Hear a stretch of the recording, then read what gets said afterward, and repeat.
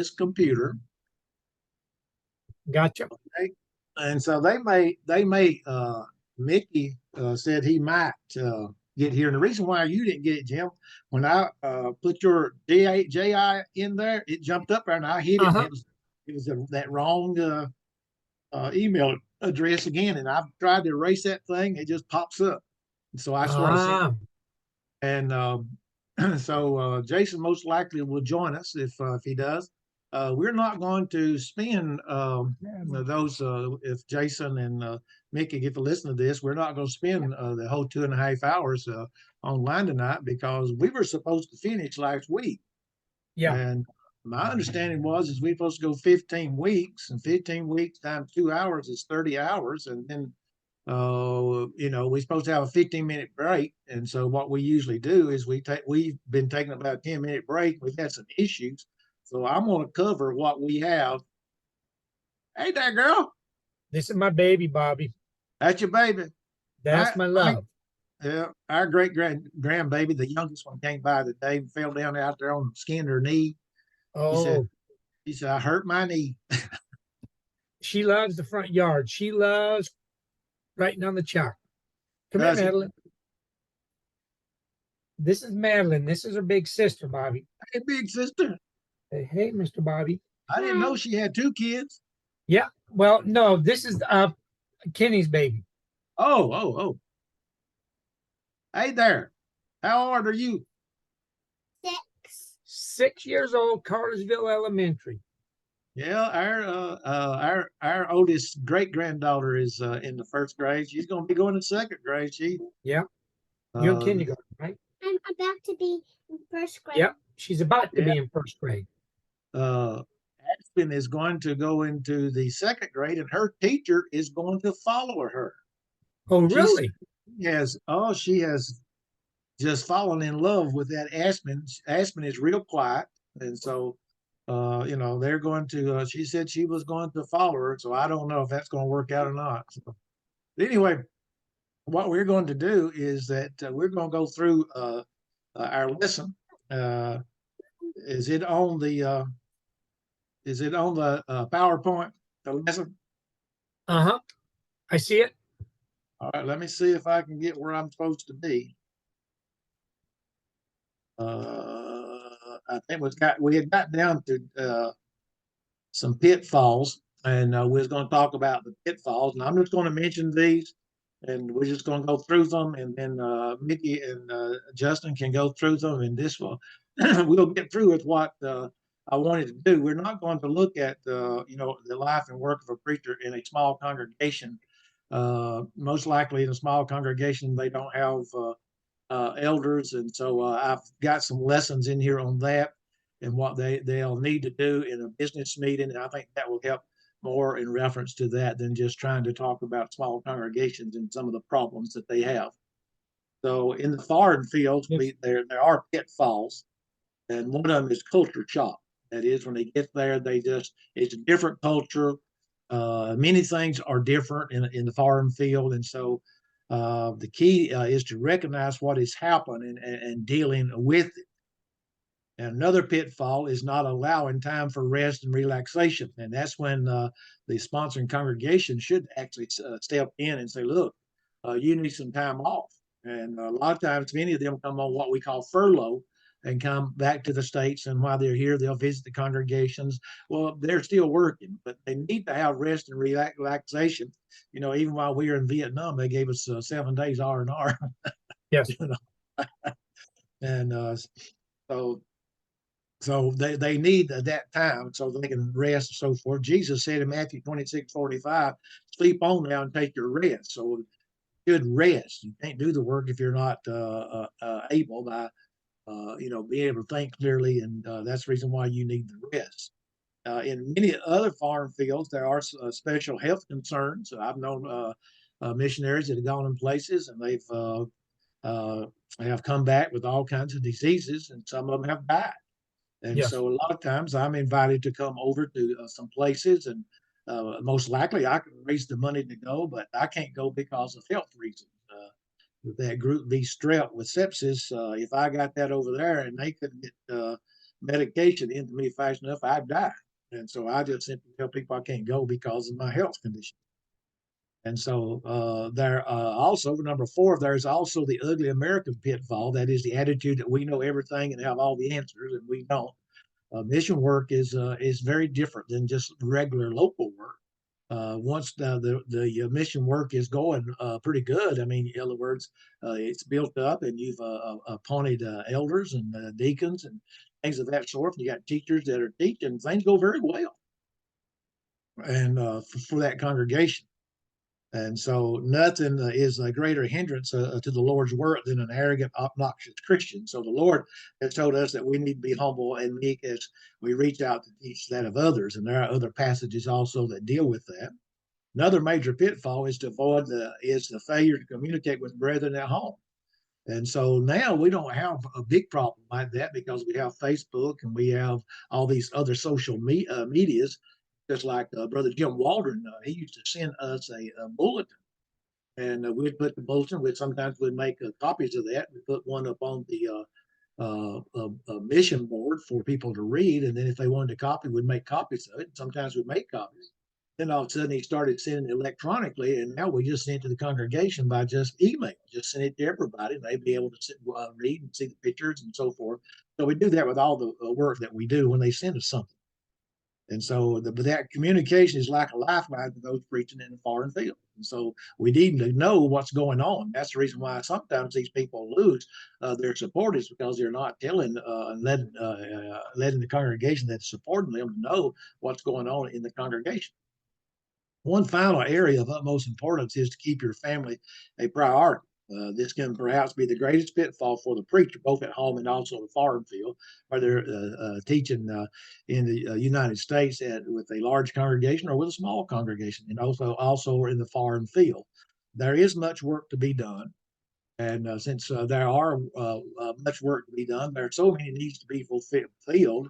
And there, before we know it, we allow the urgencies to crowd out the priorities in our life, and therefore sometimes we forget about that of our own families because we're working so hard. And let me see if I can make myself bigger so I can see all of y'all. Hey, Jason, we're not going to go all. We supposed to finish last week, so we're trying to catch up to what I have on my notes, and I already sent you the notes. And you'll notice that there's some things. We'll talk about some of those at the very end. We're going to be here about an hour. That helps us to catch up to where we're supposed to go. So, okay, and then I've got my notes ready. I'll send them to you after we get done with class. The rest of the notes that I got. Okay, well, I gotta make the test up too, because I was going to do it today. Then one of the fellows that visited with us Sunday night, I don't know if you know Captain Ed Watson. He's blind, and he comes to some of my classes, some other classes, and him and Kerry was here, and they said, well, you're supposed to finish last week. I said, well, we have always gone 15 sessions. And so, because you take a break, so you're supposed to be in class for 34 hours. And so, so we'll just make up what we can. Take an hour to go through the rest of hit some highlights of the notes that I have. And then if you ever have any questions and I can help, if you're working somewhere, then you can always get in touch with me by my email or by that Facebook or my phone if you have my phone number. Okay. But we should never forget about our families as we're doing the Lord's work. We have responsibility to our families that no one else can feel, and so we are irreplaceable. And Paul talks about that to Timothy in 1 Timothy chapter 5 and verse 8. So too often this is limited to and thought of as referring merely to physical needs, but we need to provide for all of our family's needs, both spiritual and physical and emotional and social. And so many times we forget. Now, some congregations in places that I've gone, people have adopted us, so to speak, use that as a phrase. They've adopted us, and they'd come by and pick up our children. And Melinda and I go out to eat, or we'd just get home by ourselves, watch TV. They'd carry our children to a movie and carry them home with them. And one time, one of our middle child got in a car with someone, and the kids in the other car hit him. And they got about halfway home, and they lived about 20 miles away. We had to turn around and bring our son home. So sometimes they do things like that. But there's a time needs to be set aside for the family, no matter if you're doing local work with a big congregation, small congregation, or doing that of mission work. And so, then let us encourage, help those who support to build strong homes. But preaching in a far country, it's what a blessing, what a privilege, and what an opportunity. But let us all take up the challenge to fulfill our Lord's commission and go into all the world and preach the gospel to every creature. There is here, as I said last week, that I showed you this. You can read that on your own. It's a letter, a missionary's letter from the field. He's writing back to the congregation there. You can read that and you can get some insights upon what he was going through and so forth, and how much he appreciated the work that he was doing and the kind of work he was doing, but he also appreciated the congregation for their support. Now, we're supposed to begin tonight. We're going to talk about a small congregation, but again, if you work with a congregation, large or small, then you'll a lot of things we've already covered will help in those as that of a preacher. But I wanted to talk about business meetings. Now, when I obeyed the gospel back in September the 24th in 1970, we did not have elders at Cartersville. We had a preacher that was getting support from other congregations.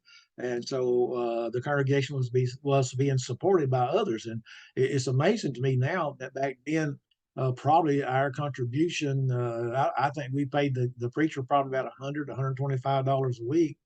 And so most of our money went for a building and the land and things of that sort of things we were trying to do. And it's amazing today that I look at our budget. It's over $5,000. I mean, we're giving over $5,000 every week, and so that helps in the work that we're doing. Business meeting of a congregation of God's people can be a tool of great value in the work of a congregation. In fact, in a congregation without an eldership, these meetings become a vital part of communication and decision making.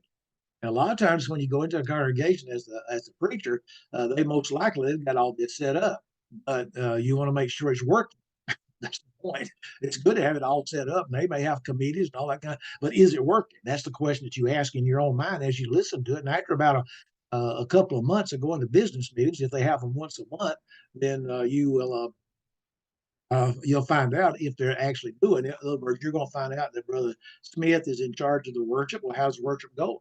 Does he find people that are faithful to do all the work that they're supposed to do in reference to our worship? Or maybe a person's over building and grounds, or maybe a person's over other things, mission work and so forth. So you have to look. Then you have the treasurer and so forth that he has a job also. So you make sure that all the you want to make sure all the bills are paid.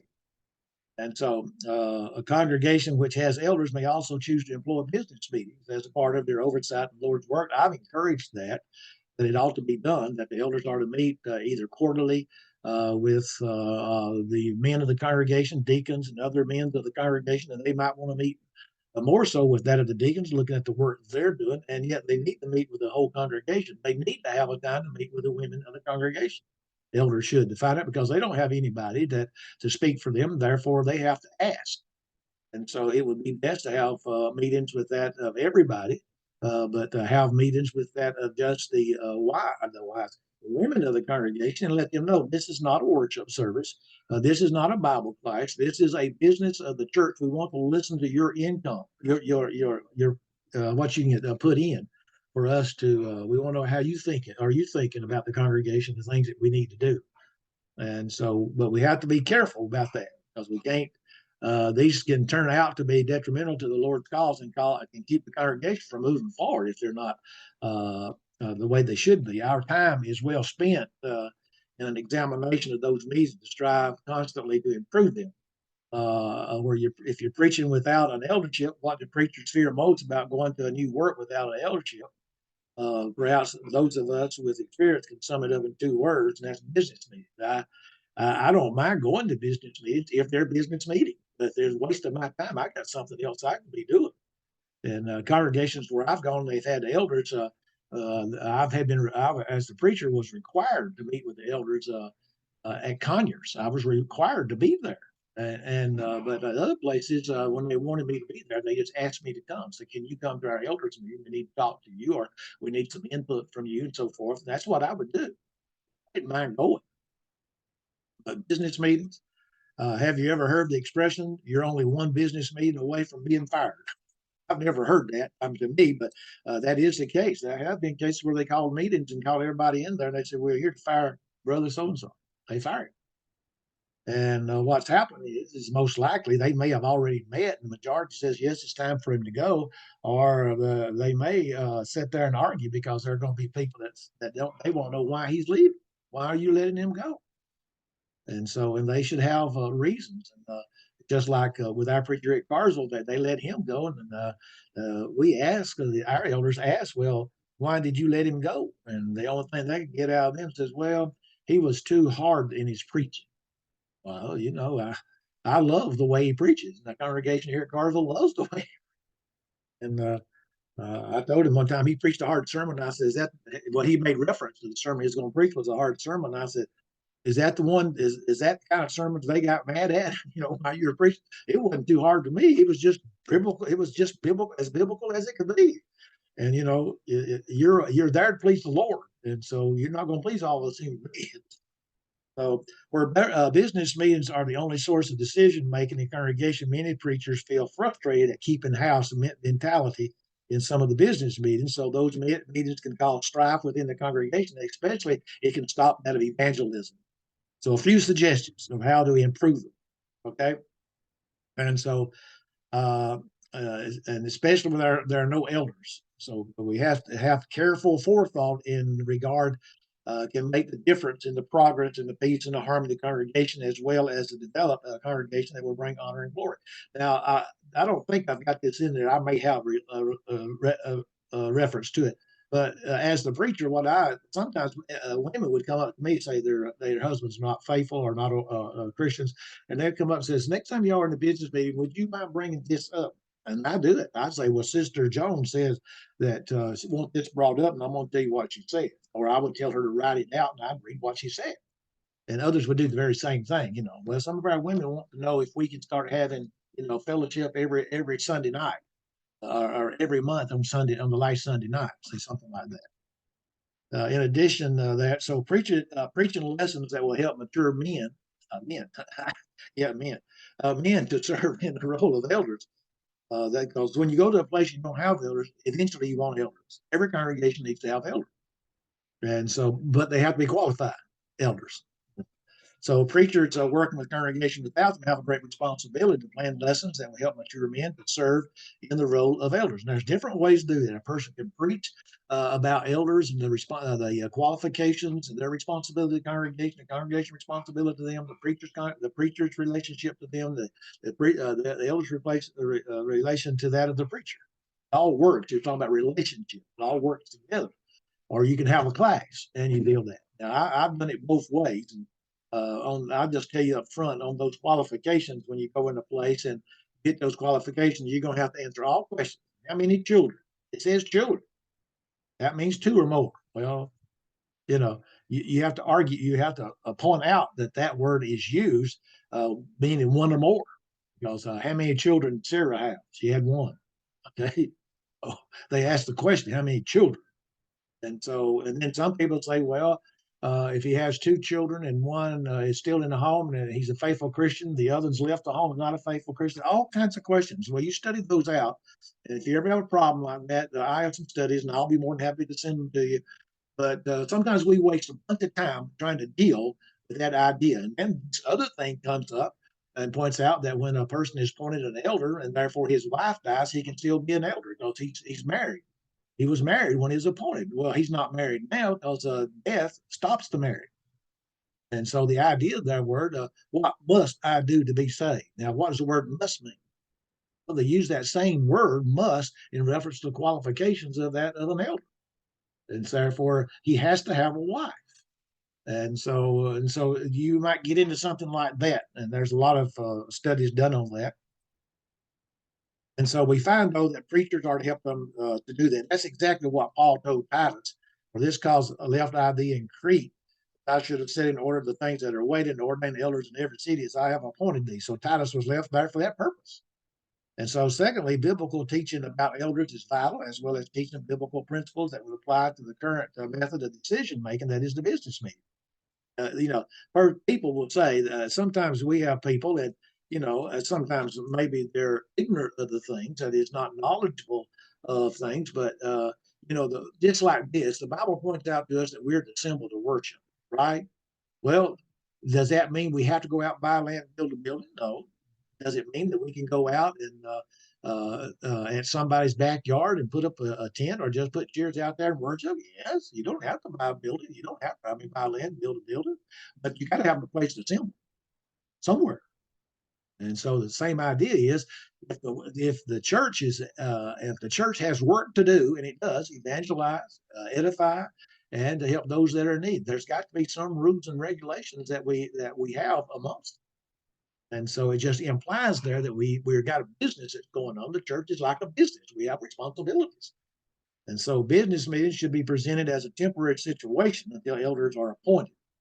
And so the preacher's approach covering these matters can often make the difference as to how business meetings are conducted and as to how intently a congregation seeks to establish an eldership. The preacher can bring a great service to the Lord by helping God's people develop leadership in the congregation. If they're not qualified to be elders, and yet you see that they're not qualified, try to help them in reference to being a leader. And so a word of caution needs to be given when it comes to appointing that of elders, though. One of the greatest mistakes that congregations make is rushing to fill the office of an elder when men who are not qualified. There was a congregation Linda and I visited when we were traveling, and they wanted elders. And they eventually got elders. They had a man there that was probably qualified. I don't know, but he had a 9-year-old son. And they said that he didn't pressure that young 9-year-old to obey the gospel, but he obeyed the gospel and they appointed that man an elder because now he had a faithful child, a Christian child, 9 years old. So, they wanted elders real bad, but they wanted elders real bad. Now, I'm not trying to question reference to that child being 9 years old. Maybe because I've met some very, if you go to places where they've had youth programs and the kids have been taught, you'll find some of those 9, 10-year-old kids that can offer the invitation and things like that, or just, when in Bible class, just ask all kinds of questions. Maybe one like that, but I didn't see him. And the woman asked me, and I said, well, they need to watch what they're doing and doing something. One of the tragedies in the congregation today is men serving as elders who were appointed because of their influence in the community or because of wealth or personality rather than spiritual qualities listed in God's word. And much of the liberalism we have today in the church can be laid at the very feet of unqualified shepherds. In other words, we don't have elders, pastors, or bishops, or presbyters, or shepherds, as we would say, that are qualified. And therefore, liberalism has come in. And then some factors to consider when an eldership is not present. Now, I'm going to go through these. If you have a question, don't interrupt me, okay? You won't hurt my feelings at all. I won't cry or anything, but you have questions. So let's stop for a moment and think. One should realize that it would take time to learn the personalities of the families that make up the strengths and weaknesses of the congregation. But when you first get there, you're going to have to find those out. And you may say, well, that person seems like, he would be a good leader, or he may be qualified to be an elder. That might be your first impression, but it may not be. And because he may not desire them. And I think that's one of the biggest things is that if a man desires the office of an elder, he's going to look at the qualifications and he's going to find out if he meets the qualifications. If he doesn't, he's going to work on that. He's going to work on that one problem that he's had or is having, and see if he can overcome that or grow in that, whatever it may be. So it's necessary to take time to observe how the business of the congregation is conducted before suggesting any needed improvements. Some areas of improvement may be obvious, and attention to those factors should not be delayed. All congregations can be strengthened through preaching and teaching on leadership. Therefore, why not seize the moment from the very beginning of your tenure there is to bring forth, emphasize in this area. The congregation needs to grow to the point where we are scripturally organized. And that means that we have elders, and then we have deacons, and we have Bible teachers. You got a preacher, evangelist, whatever you want to call me. You need to go to this point. And so you men need to understand that and read and study these qualifications and give them where the qualifications are. Give them the handouts that I have in the back, whatever you want to do. But also you tell the women, you have responsibilities too as an elder's wife or a deacon's wife. just like my wife does, because usually the preacher's wife, well, the deacon's wife, the elder's wife, they have responsibilities too. My wife usually tells them when they ask her, said, well, you're the preacher's wife. She said, I didn't marry a preacher. I married a heathen. But it seized the moment. This helps lay the foundation for improvements in the congregation in their decision making process, that is, business meetings, as well as eventually they're reaching the goal of that of eldership. Because they're going to look and see the people that are in charge. We'll talk about how a business meeting ought to be. Those who are in charge at times, because you rotate that in charge, and those who are in over certain committees and everything, you see how they work, and everybody sees what they're doing. And all of a sudden they got a person here that he's over, we'll say, the educational thing, and he's not really doing his job. And all of a sudden they're going to appoint elders, and somebody wants him to be an elder. Well, he's not been doing the job of what he's assigned to in a business meeting. And you see that happens sometimes. So the following scriptural concepts should be emphasized: the importance of conducting God's business in a decent and orderly manner, just like our worship, and be kind one to another, and the importance of volunteering for service, how to avoid strife, seeking first the kingdom of God, leadership qualities of biblical character. And so the government of the New Testament church. And so therefore we have that, and these people are to fit these qualifications and be these types of people. If the history of a particular congregation includes business meetings which have been lacking in purpose and accomplishment, bringing a small group of men together, a committee, study the situation may be the first step toward making needed changes. And sometimes those people who complain and gripe the most because, well, I ain't coming to business because we don't ever solve anything like that. Well, you don't want that person there because you want to get there and make sure that whoever's going to run those business meetings, they're going to get solutions done.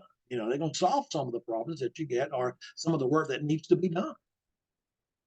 So this improvement committee could research and draw recommendations as to changes that would help the business meeting function in a more effective way. So if congregations without eldership are not willing to step back and examine the ways to improve their decision-making process, then failure in carrying out the Lord's work may result. You got to make those type of decisions. Fourth of all, business meetings of the congregation should be held on a regular basis, not just called a needed event. They should be regular. And regular meetings, the eldership at Conyers, they met every Monday night. They would meet. And, I met with them there for probably about 3 months. And I just told them one time, I said, y'all need me here. I said, I got Bible studies and I'm not visiting on Monday. And I said, I got people that want to visit on Monday with me. You need me here. When you need me here, just let me know and I can make arrangements. And so they did. They listened to me and they changed some things and says, they'll let me know. Says, Bob, we need to meet with you Monday night. Like they'd tell me on Wednesday night or something like that, or Sunday morning. And so I'd make my arrangements on Sunday about what I'm going to do on Monday. And so in reference, if I had Bible studies or something like that I had to be in a meeting, I might be late. I would ask myself, can you deal with me first? So I can leave. I got a Bible study. Y'all going to meet at 6. I got a Bible study at 7. Can y'all use me first? Let me get going, And they said, yeah, they were very accommodating with me. And so most times they would do that.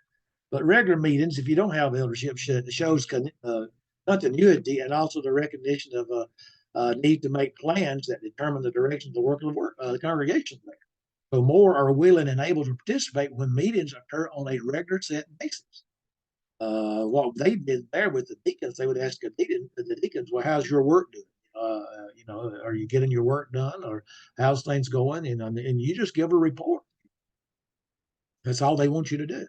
The meeting should consist of men of the congregation, since women are not to usurp authority over men. They're not supposed to be there, and we see that's taking place today with people who have been chosen as elders who do not have a biblical knowledge of what the qualifications are and what's the position of that of a woman in the church.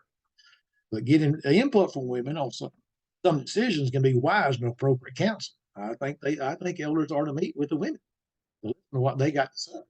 Some congregations have an annual planning day.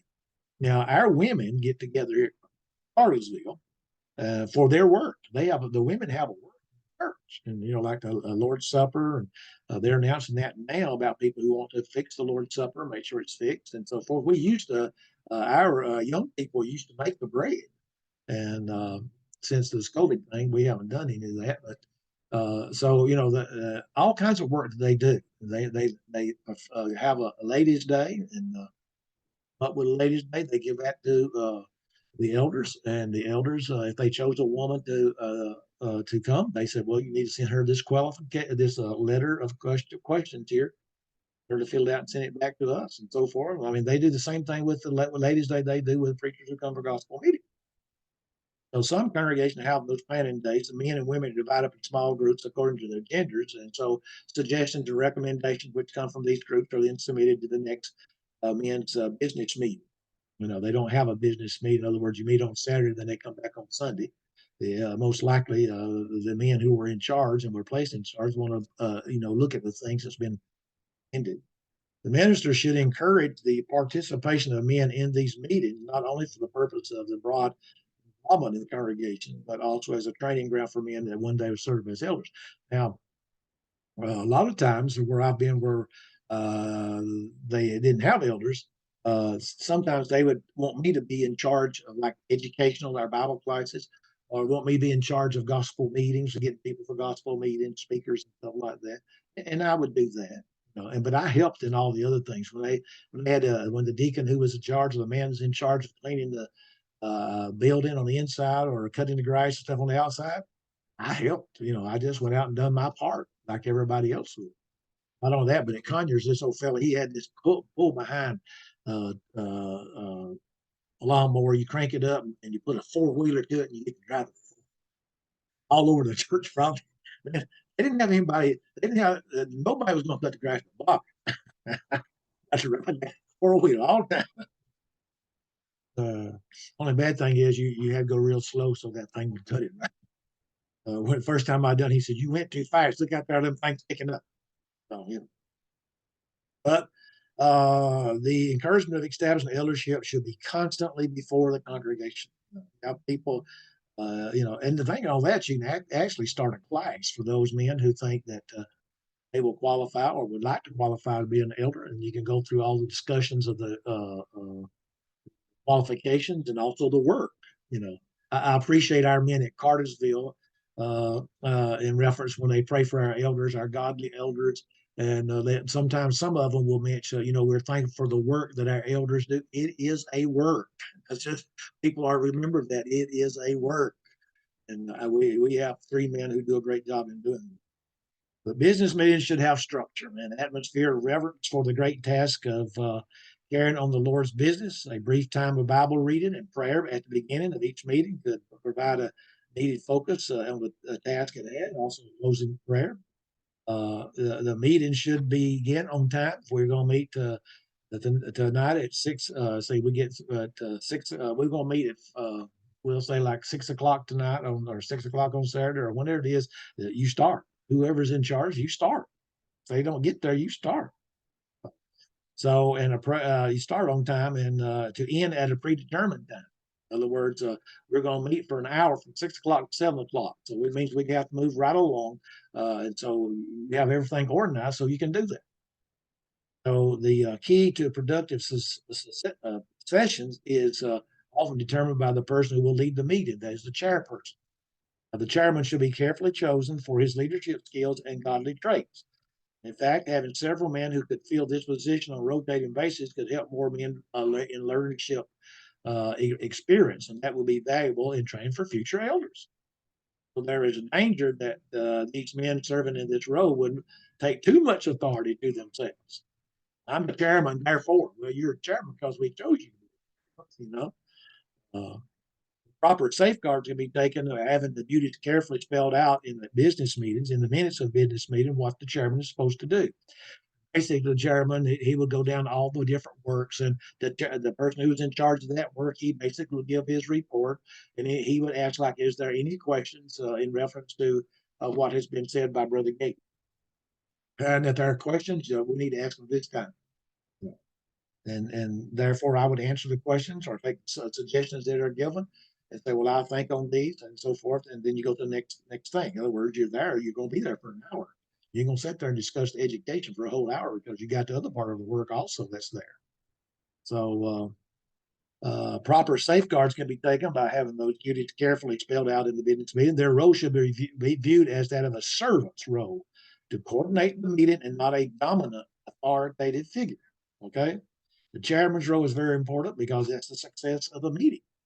And such matters as adhering to prescribed format, not letting the meeting get bogged down during the endless discussions are vital to the success of the meeting.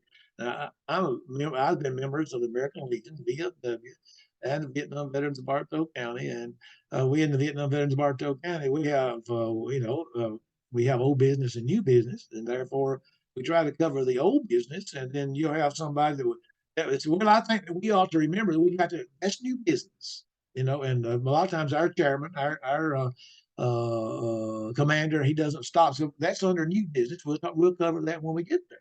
Make a note of that, but we go back and forth. When I was the secretary, it blew my mind. And so, but that's the way it should be. The chairman may have to, sometimes you have heated arguments that lead to hurt feelings, and that should be try to keep it under control. If the thing of it is, if it's dealing with a matter of opinion and how we ought to do things, then it's a matter of opinion. This person is in charge of it. This is the way that he wants to do that. In reference, like he may say, "Well, I want Vacation Bible School to be the week after school's out." Well, then they say, "Okay," and all of a sudden you got somebody start arguing about it. Well, we're gonna go on vacation. We go on vacation. The first week, okay, you try to work around all that. You can't work around everybody, in vacation Bible schools or even gospel meetings.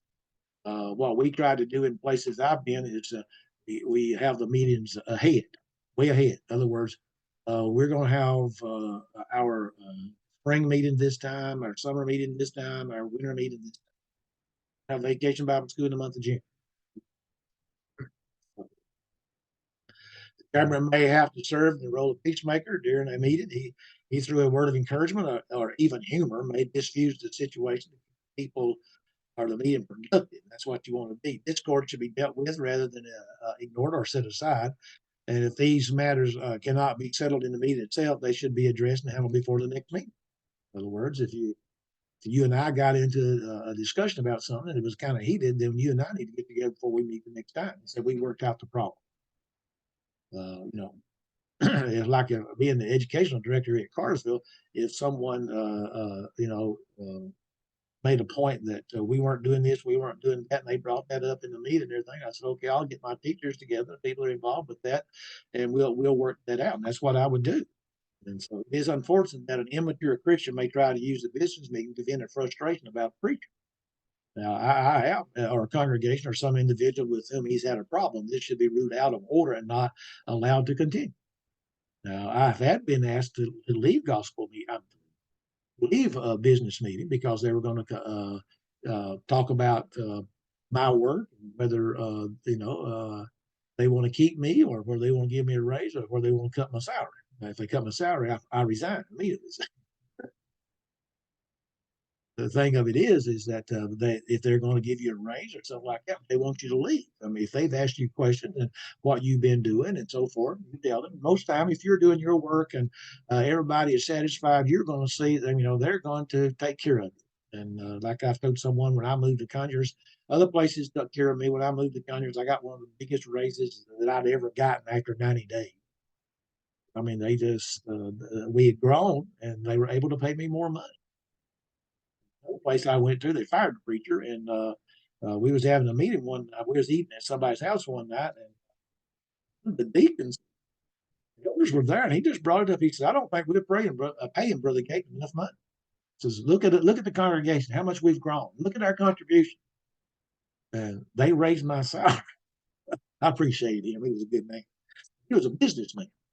One way to keep business meetings on track is to prepare an agenda for each meeting. This requires that items to be addressed to be given to the chairman in advance. This keeps matters from being tossed out before the meeting, often when a little forethought has been given. In addition, it provides an avenue for those who are unable to be at the meeting to have their concerns discussed. In other words, if you're not going to be there and you want them to discuss about when Vacation Bible School is or when we're going to have our next meeting, somebody needs to know that. that's given too. Or you actually say, for instance, they're going to meet after worship on the Sunday morning, and you're not going to be able to be there, or they're going to come back at 2 o'clock after everybody eats, and you're not going to be able to be there. Then you write out what you want to get it to the chairman, therefore they bring it up. But it provides an avenue for those to do that. So the announcements to the congregation should remind members not only of the meetings, but also of the need to turn in written requests for meetings attended. That gives women the opportunity to do the very same thing. Format of a business meeting. Be careful in the consideration. Christians without the oversight of elders should be concerned that their meetings are conducted in fair, efficient, and orderly manner. After all, the meeting is about the most important business in the world, and that's the Lord's work. So having a written set of rules to guide the procedure will help endure qualities of productive meetings. If you ever in a congregation and this happens and you need a program of work or how business meetings are to be, then you let me know, and I'll see if I have something. I probably got something about that. I think I do. There are publications such as Robert's Rules of Order. You can use those. You wouldn't use every one of them, but it's a way of having things in order. That's the way you do that. We do that in the Vietnam veterans now. We have a way to do things. We've got a good system in place. Meetings often can be detriment to the Lord's work. So, for example, when a decision needs to be made, what will be the method of deciding? What if a few are against the idea being presented? Will this keep the congregation from going forward? In other words, you got 13 people in there, and 7 of them want to do it, and 6 of them don't. Now, and what are you going to do? You just got one person that have a majority, to do what has been voted on. But then sometimes when that happens, we find that after the meeting and everything, some people will change their mind. That that they may have voted positive on when they first began, and then all of a sudden, maybe the next week they talked to some brother who was negative on it, and therefore they may want to change their mind. And therefore the point is since they're 7-6, are we going to discuss this more, get back together and discuss this more, or are we going to let the majority the rule? Because that's what you're doing in business meeting, majority rule. It is sad to say that some congregation because the minority objects, nothing is decided. This is tragic and often leads to little being accomplished. So unless there's a scriptural objection, then the majority consensus should prevail. The idea or plan should go forward. If there is some things that the person doesn't understand, then it has to be explained to that person. The written rules of the meeting should clearly set forth how matters will be decided. But a word of caution here needs to be considered. God never intended for the church to be governed by democracy, but by the oversight of elders. And so when elders are eventually appointed, any final decisions to be determined by the eldership and not necessarily by a majority consensus. And so their decisions should rule in all matters. Now, I've seen it, and there's in our brotherhood where that took place, and they were wanting to give a voice of compliance with that of the eldership. So everybody voted on the elders, should they stay or should they go? And so they voted on it. So, and it caused a lot of problems in the brotherhood. Obviously, duties such as a treasurer, secretary, etc., should be carefully stated in the rules, and so those written reports from the treasurer or secretary should be made available to the congregation. Communication promotes the openness and that business meetings need in carrying out the work of the congregation. The treasurer and secretary should be of high integrity, and they should be competent in their particular task, and especially that of a treasurer because of IRS. They make sure the person understands some things about that. We know that we are a nonprofit. And so, when you are doing things, you how people taking notes and things of that sort, like the secretary would do. Business meetings provides an avenue to involve the talents of all the male members. And you'll be able to see those. With the meetings, the entire needs of the congregation can be addressed. Now I say, like, there's 3 areas of work in that of the church: edification of the church, and that's preaching, that's teaching. Edify, you're edified. And then you have that of evangelism, that is teaching souls, saving souls, and then you have that of benevolent work. And so, like with us, we had someone in charge of that, of our Bible class, and so forth. And they had different things that we did. Like when we had teachers meetings, and then we'd have a teachers appreciation things here at Carswell. We used to have, sometimes we'd have just a teacher to eat the elders and deacons would feed them on a Saturday, feed them breakfast or something like that, and then talk to them about the work. And then with that of a trained souls winner would have personal work program or classes that a person would attend and so forth. Then that we had a pantry here at Carsville. We do a lot of outreach stuff in reference to things to homeless and so forth, things we do, and also for kids and so forth at some of these places, Girls Club and so forth. We do things of that sort. Not out of church treasure. We do it out of free offerings or people going by with me now when they say, well, they need, we got some students that don't need help at school. They need a paper and stuff like that because they don't have the money to buy it. I give Sister Woodring, April Woodring, she's a school teacher, or someone else, whoever's taking the money up, I give them money to buy. I don't go out and buy it. And the same is true in reference to a pantry item. Sometimes I don't buy it. I just give money, let someone else do it. Especially when you're doing work with the homeless shelter, because they cook food down there, so there are certain things they know. Okay, business meeting provides an avenue to involve the thoughts of all male members. The committee's entire needs of the congregation can be addressed. Accountability by these committees to the business meeting is the key. They're accountable. If somebody says, "Okay, I'll take the education approach," you're accountable. And so I'm accountable. The education where Jim does our worship, he's accountable. He's not accountable. He's accountable. Okay. But men must rise to the task and be diligent cared for without special work, specified work. You may have heard it said, if you want to kill a good project, then assign it to a committee. So what we did at Conyers, we appointed something like 13 or 14, 15 deacons. What we did, we put down all the works. And I'm gonna just say like there were 8 works, okay, something like that. I don't remember what they were. But if people, we had about 3 people wanting to do like a building and grounds. Well, we broke up building as inside and outside, and we put people on it. You'd have a committee, you'd have a person in charge, and then you'd have a co-chairman. Okay, to make sure if the chairman wasn't able to be there, the other chairman could. And so that worked out fine. Some of the deacons, they wanted to do not just one thing. That's about we would allow. I think the elders allowed them about 3 things to really be a part of.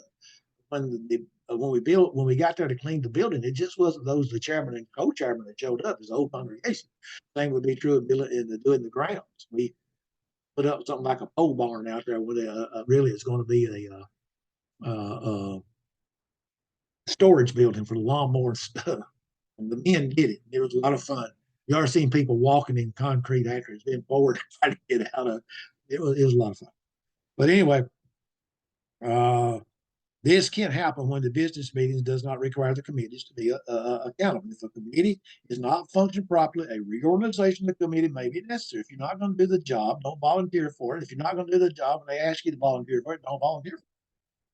The point is to continue to examine the organization of the business meeting and will be willing to make needed improvements. Well, they asked me to be over the educational program because the fellow who was over was wanting to, get away from it for a while. And I said, well, I will, but you got to understand, I will not be here on Sunday mornings.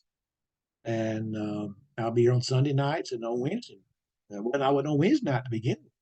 And so I changed that, and now I'm going to be there full time. And that's good for the congregation. When a congregation struggles without scriptural elders, then some alternative means must be employed to carry out the work of the congregation. It's got to be carried out. It can't be, say, we got a preacher, we're going to let him do all the work. You can't do that. And if I was the preacher and they said that, I said, no, I'm going to do all the work. Who's going to organize? Well, the organized business meeting can provide that vehicle. It should by no means be looked upon as an end in itself, just to be used as a temporary means in reaching the goal of one day appointed elders who will oversee the work of the congregation as God intended it to be. Now you'll have that if they've had business meetings for years upon years, they don't have anybody qualified to be elders and things of that sort. You're going to have to do. We're going to have to do as preachers and teachers. We're going to have to teach on that. This is the way God wants it to be. He wants elders, he wants deacons, he wants evangelists, he wants preachers, and he wants teachers, and he wants members. Okay. Any question or comment on that business meeting? I've done that in a good hour. Nearly an hour, 50 minutes. Anything? Okay. very quickly, we're just going to look at this. These are some notes that I have that I either preach sermons from them and so forth, or I taught a class. Now I did have a class here when we were out without elders. We had an elder. We had 3 elders, and one of them was gone a lot, so he resigned. But he would be back soon, and so the other we had 2 elders, and one of them was sick, and we know he was sick, and he was trying to stay until the other elder get back, so we'd still have elders. Well, he just couldn't do it anymore. He just resigned one morning without telling anybody. So we didn't have an eldership. We came to church with an eldership. We left without one. And so we started having a business meeting, but it was the majority that wanted to go ahead and appoint elders. Okay, they wanted the majority of our business meeting that we had. We asked every man to be there because we're going to talk about the eldership, and that's what we were going to talk about. The majority of them wanted the eldership. So we had people names put up, and not all of them were appointed. We lost one of our members because of it, and but because of something in his life that he was doing, and so he could not be an elder. But we had a class, and I let it be known. If you'll notice, the very first thing here, introduction, qualifications for elders are plainly set forth. That's what I told them. I said, we've preached them from the pulpit. We've taught them in Bible class. You've been to other places that you've been, and Bobby's not going to do it again. I said, what we're going to talk about here is simply this, is that if you think you're qualified, then we want you to show up for this meeting. Or if you just want to be here so you can learn what the work of an elder is, then we want you to come. We had people come that knowing good well they weren't qualified to be elders. And some of them, we had a couple there, they didn't want to have elders. And so, we stopped that right quick. No, we're going to have elders. If these people here, we have people here that think that they're qualified as elders, so therefore we're going to have elders. If we have enough people, we have at least 2. And so, but we had 4, and one of them has already resigned. How long? About 6 months after he was in there. He was. I didn't push him, but he's a good man, and he has grown tremendously. So and he had one problem, and he was trying to work on it. He says, "I think I've got this under control," and then eventually, because of the pressure and so forth, not able to keep things under control. And so he did the right thing. And so, but the qualifications set forth, elders are made by what the Bible teaches. And so I talk about all the different words, and you'll find eventually, because of the different words that are used, they're used in reference to that a shepherd. The same thing as a pastor. A pastor is a shepherd. Is a pastor. Things like that. And you'll see that in the notes in reference to it. A presbyter is a bishop or overseer, or you have that of the pastor or shepherd, or that of, as we call, the elders. So they're qualified. There's the qualifications there. There's not given to wine. And I put today I was going over this again, and I put a little note out to the side there. It says note C5. That's C5. C5, C5, C5, C5. C5 means sober. What does sober mean? Of a sound mind in one's senses, curbing one's desires and impulses, self-controlled temperament. Use good common sense, not affected by passion, pressure, well balanced, not going off high caught. All right, now you go back.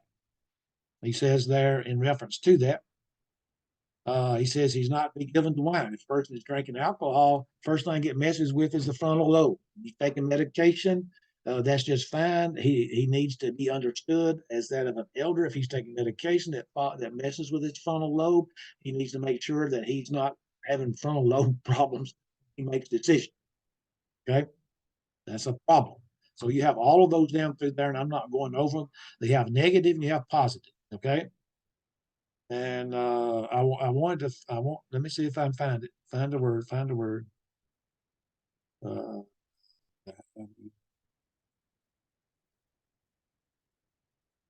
There's another one. The word must, I think, is in here somewhere. You can look it up again. There are some other things there. We have qualities in there that qualifications. And so, other words, rule well his own house. Now, even with that one, sometimes people says, well, his son's married and he's not faithful. That's not his house. He can't run over there. Can you imagine? Here you are, you got a daughter, and she married somebody, she be her she becomes she's married and she becomes let's see, how will it be? Yeah, she becomes unfaithful, and you go over there and tell her how her house is going to be. I wonder what her husband's going to do to you. Get out of my house. Well, that's his house, okay? You ask them to leave your house, you can't do anything. You can encourage them, but you can't make them do anything. So you can read all of that. These qualifications suggest the great responsibility of overseers, bishops, elders, and pastors. Many of these same qualifications are for one who is a Christian. Now let's go. If you go all the way back, you'll find that he says that the elder has to be married. A Christian doesn't have to be married. It says that an elder's got to have children that are faithful. A Christian doesn't have to have children. Okay, there are some things that they don't have. That all of these things you can, if you'll take the time and look them up. I have a chart somewhere where here's the qualifications of elders, here's the qualifications of here's the qualifications of that of Christians. And if I'm not mistaken, it's about 2 or 3. The wife and the be married and having children are 2 of them. A novice, I think. Again, a novice. They have to because they have to be out to teach. So and so that's how the duties of the elders. And this is what I told the people that when we appointed our elders the last time in Cartersville, I told them, I said, we've set forth all of those things and we're not going to argue over those things. Do I? Oh, I thought somebody said something. And so what I did is I said, you need, I told the elders, I said, as long as you're qualified and you're doing your work, I'll defend you. I'll stand behind you as long as you're biblical.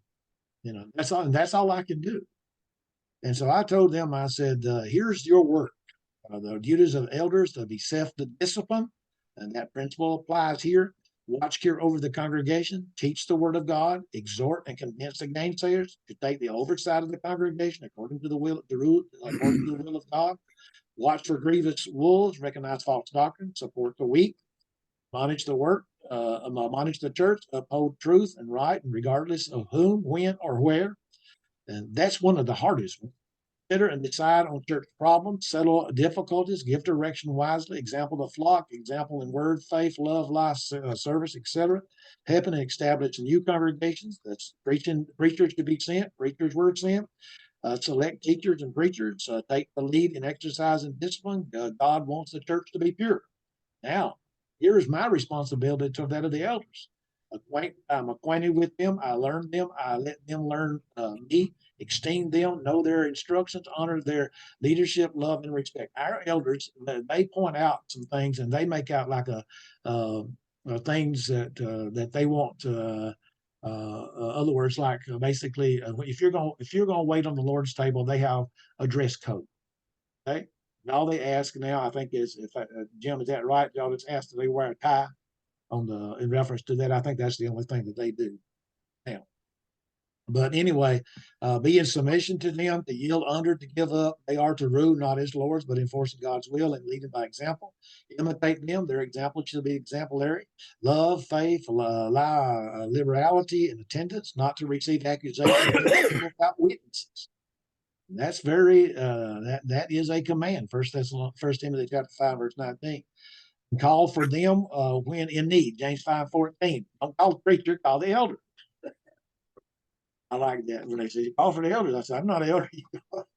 A lot of times when they call, and this is always between the elders and the preacher, is that if they call and it's a spiritual thing that needs to be discussed with this person so they can grow, a lot of times they'll ask them to go and let them talk to the preacher and see if they can let the preacher can set up a study with them and study with them, and especially when you have elders that work. Okay.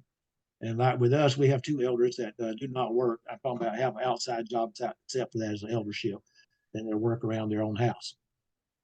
So when you're in need, and now I used to have people call me a lot and says, I need some help financially. I said, you need to talk to the elders. Don't talk to me.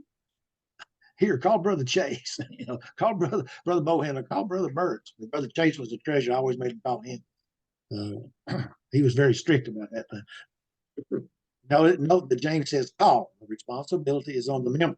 So we are to let them know that we are not at service, absent, sick, and we have some good folks. I mean, really, they're good. We have that. I think Facebook to have a church place just for church members is a great thing because we have a lot of our members.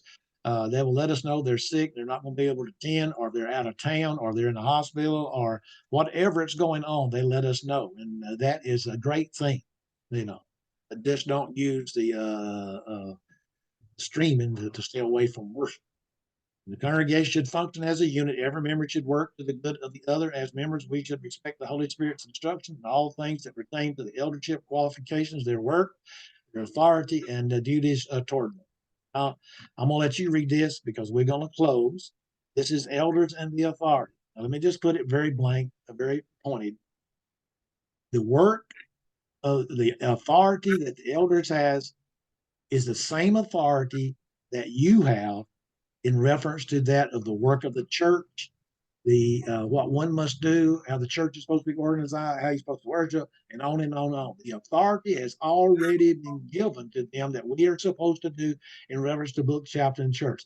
The only thing that they can suggest is those things that they can like infer. The Bible says, "Not forsaking the assembly of ourselves together." Therefore, if we had elders, and they, and you know, and they said, "Okay, we have a lot of people that are that don't work out of town anymore, and we've been meeting at 7:30 for since 1966, and so that's been nearly 55 years ago." 55, 56, 50, 57 years ago. And so the questions come up, why can't we move our service up to 7 o'clock on Wednesday night? Or Wednesday night, 30 minutes. We get home 8 o'clock, our kids get ready for bed and everything, or take their bath and everything, get ready for school and everything. Well, they have the right to ask the congregation, and then like we did that one time, that we still meet at 7:30, but we had a couple of families that couldn't get there at 7. And 7 o'clock. They could get there at 7:30. They couldn't get there at 7 o'clock. So the elder says, no, we're going to still meet at 7:30. If you people, but they changed it so that we would have our devotional first. You go to Bible classes, and when you get through Bible class, you leave, come back into church. And so the people who want to get their children home, see, they get home. But that takes place. They have the right to change things of that sort.